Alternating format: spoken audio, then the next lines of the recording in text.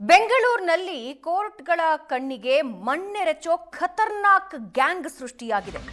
ಕೋರ್ಟ್ಗಳಿಗೆ ನ್ಯಾಯಾಧೀಶರಿಗೆ ಮೋಸ ಮಾಡುವ ವಂಚಕ ಗ್ಯಾಂಗ್.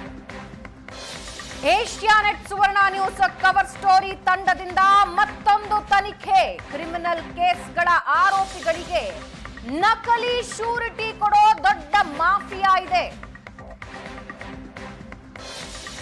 ನಕಲಿ ಶೂರಿಟಿ ಮಾಫಿಯಾ ಬೆನ್ನತ್ತಿದೆ ಏಷ್ಯಾನೆಟ್ ಸುವರ್ಣ ನ್ಯೂಸ್ನ ಕವರ್ ಸ್ಟೋರಿ ತಂಡ.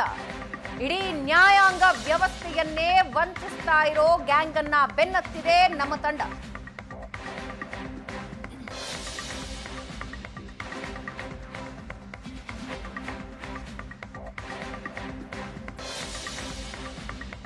ಕ್ರಿಮಿನಲ್ ಕೇಸ್ಗಳ ಆರೋಪಿಗಳಿಗೆ ನಕಲಿ ಶೂರಿಟಿ ಕೊಡೋ ದೊಡ್ಡ ಮಾಫಿಯಾ ಇದು. ಒಂದಿಡೀ ಮಾಫಿಯಾನೇ ಕೆಲಸ ಮಾಡ್ತಾ ಇದೆ. ಕ್ರಿಮಿನಲ್ಗಳಿಗೆ ಬೇಲ್ ಸಿಗಬೇಕಾದ್ರೆ ಕೋರ್ಟ್ನಲ್ಲಿ ಶೂರಿಟಿ ಕೊಡಬೇಕಾಗುತ್ತೆ. ಆರೋಪಿಗಳಿಗೆ ಬೇಲ್ ಕೊಡಿಸೋದಕ್ಕೆ ನಕಲಿ ಶೂರಿಟಿದಾರರಿಂದ ಭಾರಿ ವಂಚನೆ ಮಾಡಲಾಗ್ತಾ ಇದೆ. ಕೋರ್ಟ್ಗಳಿಗೆ ನ್ಯಾಯಾಧೀಶರಿಗೆ ವಂಚಿಸಿ ಕ್ರಿಮಿನಲ್ಗಳಿಗೆ ನಕಲಿ ಶೂರಿಟಿ ಕೊಡ್ತಾ ಇದ್ದಾರೆ. ಸತ್ತ ವ್ಯಕ್ತಿಗಳ ಹೆಸರಲ್ಲಿ ಆರೋಪಿಗಳಿಗೆ ಕೋರ್ಟ್ನಲ್ಲಿ ಶೂರಿಟಿ ಕೊಡೋ ಗ್ಯಾಂಗ್ ಇದು.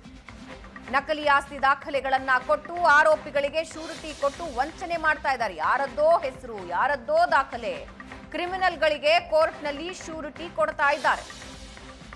ನಕಲಿ ದಾಖಲೆ ಇರುತ್ತೆ, ನಕಲಿ ವ್ಯಕ್ತಿಗಳ ಹೆಸರಲ್ಲಿ ಶೂರಿಟಿ ಕೊಟ್ಟು ಕೋರ್ಟ್ಗಳಿಗೆ ವಂಚನೆ ಮಾಡ್ತಾ ಇದ್ದಾರೆ.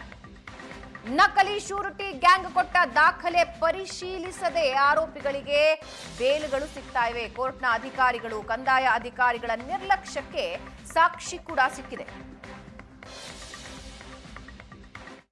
ನಕಲಿ ಶೂರಿಟಿದಾರರು ನ್ಯಾಯಾಲಯಗಳನ್ನು ಯಾವ ರೀತಿ ವಂಚಿಸ್ತಾ ಇದ್ದಾರೆ ಅನ್ನೋದಕ್ಕೆ ಮತ್ತೊಂದು ಸಾಕ್ಷ್ಯ ಕೂಡ ಏಷ್ಯಾನೆಟ್ ಸುವರ್ಣ ನ್ಯೂಸ್ಗೆ ಸಿಕ್ಕಿರುವಂಥದ್ದು.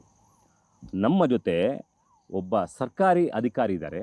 ಅವರ ಹೆಸರಿನಲ್ಲೂ ಕೂಡ ನಕಲಿ ಶೂರಿಟಿಯನ್ನು ಕೊಟ್ಟಿದ್ದಾರೆ. ಅವ್ರನ್ನ ಇವಾಗ ಮಾತಾಡ್ಸೋಣ. ಸರ್ ನಮಸ್ತೆ. ನಮಸ್ಕಾರ ಸರ್, ತಮ್ಮ ಹೆಸರಿನಲ್ಲೂ ಕೂಡ ನಕಲಿ ಶೂರಿಟಿಯನ್ನು ನ್ಯಾಯಾಲಯದಲ್ಲಿ ಕೊಟ್ಟಿದ್ದಾರೆ ಅನ್ನುವಂತಹ ಮಾಹಿತಿ ನಮಗೆ ಬಂದಿದೆ. ಅದು ನಿಜನಾ ಸರ್? ಹೌದು ಸರ್, ತಾವು ಹೇಳ್ತಾ ಇರೋದು ನಿಜ. ನನಗೆ ಮೇ 30ರಲ್ಲಿ ನನ್ನ ಮನೆಗಿದ್ದೆ.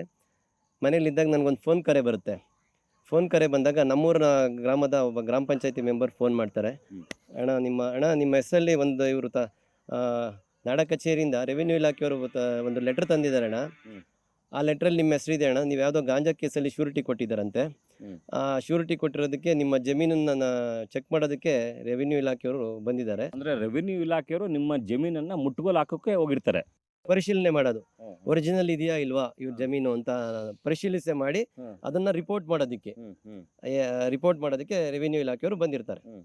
ಆ ಲೆಟರ್ನ ನನಗೆ ವಾಟ್ಸಪ್ ಮಾಡಿರ್ತಾರೆ. ಆ ಲೆಟ್ರಲ್ಲಿ ಏನಿರುತ್ತೆ ಅಂದರೆ NCB ಅಂತ ಒಂದು ಇಲಾಖೆ ಯಲಹಂಕ ಬೆಂಗಳೂರು ಝೋನಲ್ ಯೂನಿಟ್ ಅಲ್ಲಿ ಇರುತ್ತೆ. ಆ ಇಲಾಖೆಯವರು ಇವರಿಗೆ ಒಂದು ಪತ್ರ ವ್ಯವಹಾರ ಮಾಡಿರ್ತಾರೆ.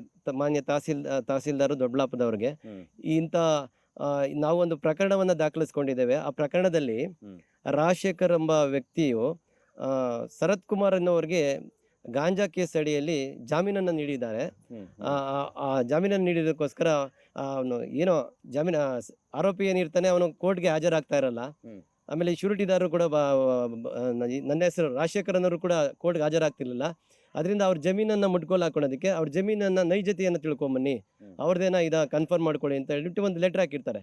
ಅದರಂತೆ ರೆವಿನ್ಯೂ ಇಲಾಖೆಯವರು ನಮ್ಮ ಜಮೀನನ್ನು ಪರಿಶೀಲನೆ ಮಾಡೋದಕ್ಕೆ ಬಂದಿರ್ತಾರೆ.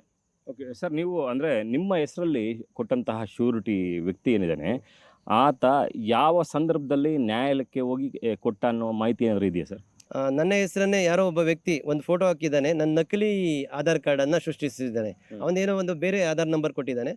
ಜಸ್ಟ್ ನಂದೊಂದು ಫೋಟೋ ಪೇಸ್ಟ್ ಮಾಡಿಬಿಟ್ಟು ಮತ್ತು ನಂದು RTC ನಂಬರ್ 81/2 8 ಗುಂಟೆ ಇದೆ, ಅದನ್ನು ಪ್ರೊಡ್ಯೂಸ್ ಮಾಡಿದ್ದಾನೆ. ಒಂದು RTCಯನ್ನು ಪ್ರೊಡ್ಯೂಸ್ ಮಾಡಿದ್ದಾನೆ. ಇಲ್ಲಿರುವಂತಹ ವ್ಯಕ್ತಿ ನಿಜವಾದ ರಾಜಶೇಖರ್. ಆದರೆ ಈ ರಾಜಶೇಖರ್ ಹೆಸರಿನಲ್ಲಿ ಹೋಗಿರುವಂತಹ ವ್ಯಕ್ತಿ ಏನಿದ್ದಾನೆ ಆತ ಈ ಮೊಬೈಲ್ನಲ್ಲಿರುವಂತಹ ವ್ಯಕ್ತಿ ಒಬ್ಬ ಆರೋಪಿಯ ಬಿಡುಗಡೆಗಾಗಿ ನ್ಯಾಯಾಲಯದ ಮುಂದೆ ಹೇಳಿಕೆ ಕೊಟ್ಟಿರ್ತಾನೆ. ಒಂದಷ್ಟು ದಾಖಲಾತಿಗಳನ್ನು ಕೂಡ ಸಬ್ಮಿಟ್ ಮಾಡಿರ್ತಾನೆ.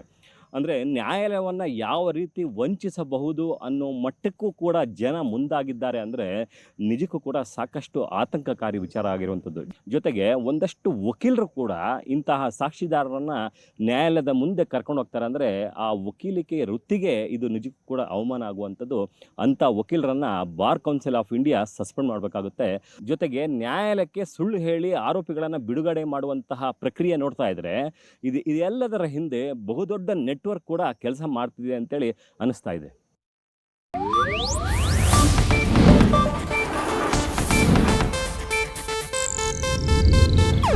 ಇದು ಏಷ್ಯಾನೆಟ್ ನ್ಯೂಸ್ ನೆಟ್ವರ್ಕ್ ಪ್ರಸ್ತುತಿ.